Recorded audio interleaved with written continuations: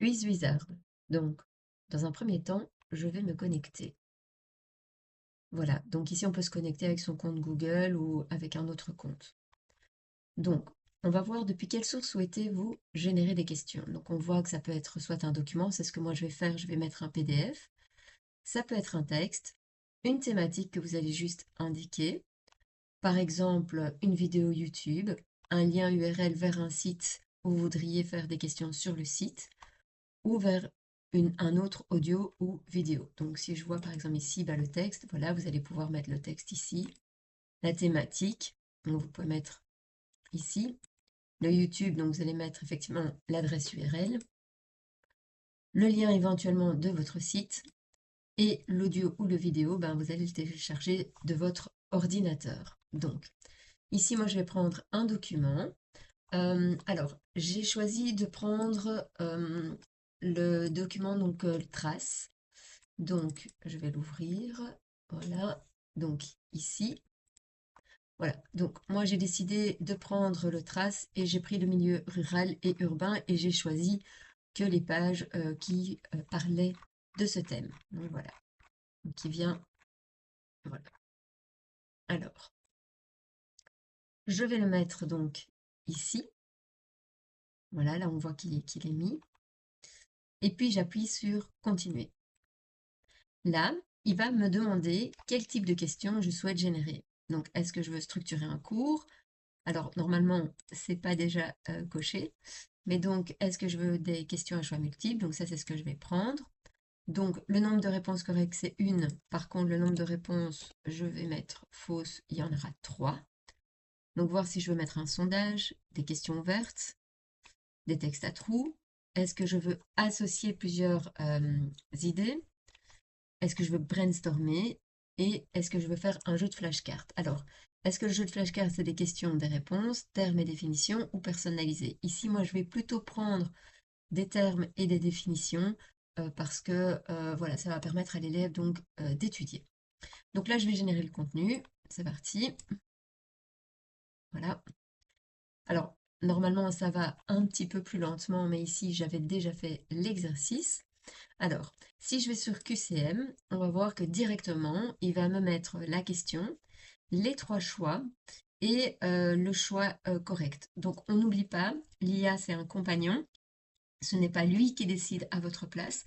Donc, il sera vraiment essentiel de bien vérifier que les réponses et les questions sont correctement posées. Donc, par exemple, quel milieu se caractérise par une forte densité du bâti et des fonctions variées, administratives, culturelles et industrielles? Est-ce que c'est le milieu rural, le milieu périurbain ou le milieu urbain? Et donc, il a coché que la bonne réponse était le milieu urbain. Voilà, et donc, effectivement, on va vérifier chaque question, comme ça, pour vous assurer qu'il n'y a pas d'erreur. Donc ça, c'est pour le QCM, on voit déjà qu'il y a pas mal de questions. Vous pouvez demander aussi des questions ouvertes. Donc, par exemple, quelles sont 3 caractéristiques principales du milieu rural d'après le texte? Donc, le texte, forcément, c'est le trace. Donc, il faut renvoyer vos élèves aux pages de contenu du trace. Et donc, ici, effectivement, on va avoir donc une question ouverte. On peut aussi avoir des textes à trous. Donc, le texte à trous, on voit que le mot qu'il a enlevé est celui qui est entre les crochets. Donc, de nouveau, il m'a mis plusieurs questions. Les associations, donc de nouveau, il va me mettre par exemple faible densité du bâti, c'est le rural, forte densité du bâti, c'est l'urbain, etc., etc. Le jeu de flashcards maintenant, donc on va avoir le recto et le verso de chaque carte, ce qui va permettre à l'élève de pouvoir étudier. Voilà, alors moi j'estime que je suis satisfaite de de la production de l'IA et donc je vais sauvegarder. Alors, je vais aller dans les cours, là je n'en ai pas encore créé, donc je vais créer un cours.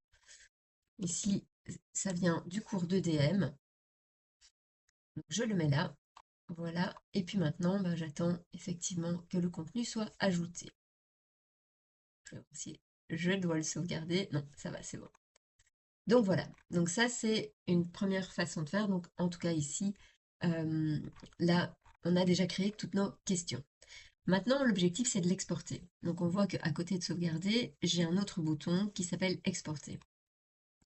Alors ça, c'est super intéressant. Pourquoi? Parce que ça va vous permettre, en fait, de, de le mettre vers des supports qui sont directement utilisables. Alors, je ne sais pas si vous connaissez WooClap. Normalement, la version gratuite, c'est 2 questions maximum. Mais lorsque vous passez de QuizWizard vers WooClap, en fait, toutes les questions qui ont été générées par QuizWizard vont se mettre dans WooClap. Le WooClap, c'est plutôt pour faire tous en même temps, c'est-à-dire que les élèves vont faire le WooClap en même temps, tous en même temps. Et donc, vous allez pouvoir directement vous demander est-ce que les élèves ont compris ou non la matière en fonction de leurs réponses. Alors, le wooflage, c'est plutôt pour de l'asynchrone. Ça veut dire que les élèves vont pouvoir réaliser les questions, mais alors plutôt à la maison ou à un moment en classe, mais chacun séparément. On peut les mettre sous forme de Word si vous voulez plutôt faire un questionnaire pour une évaluation. Un Excel. Alors l'Excel, ça va permettre, souvent c'est un format où beaucoup d'applications acceptent les Excel et donc ils vont reprendre l'Excel et ils vont adapter l'Excel à l'appli que vous allez utiliser en fait. Vous pouvez aussi aller sur Moodle directement, donc qui est une plateforme. Alors j'avoue que Pronote, Anki, KTI, je ne connais pas. Et donc ici vous avez aussi le H5P qui est aussi des modules qui permettent de faire des questions à trous, etc., etc. Donc,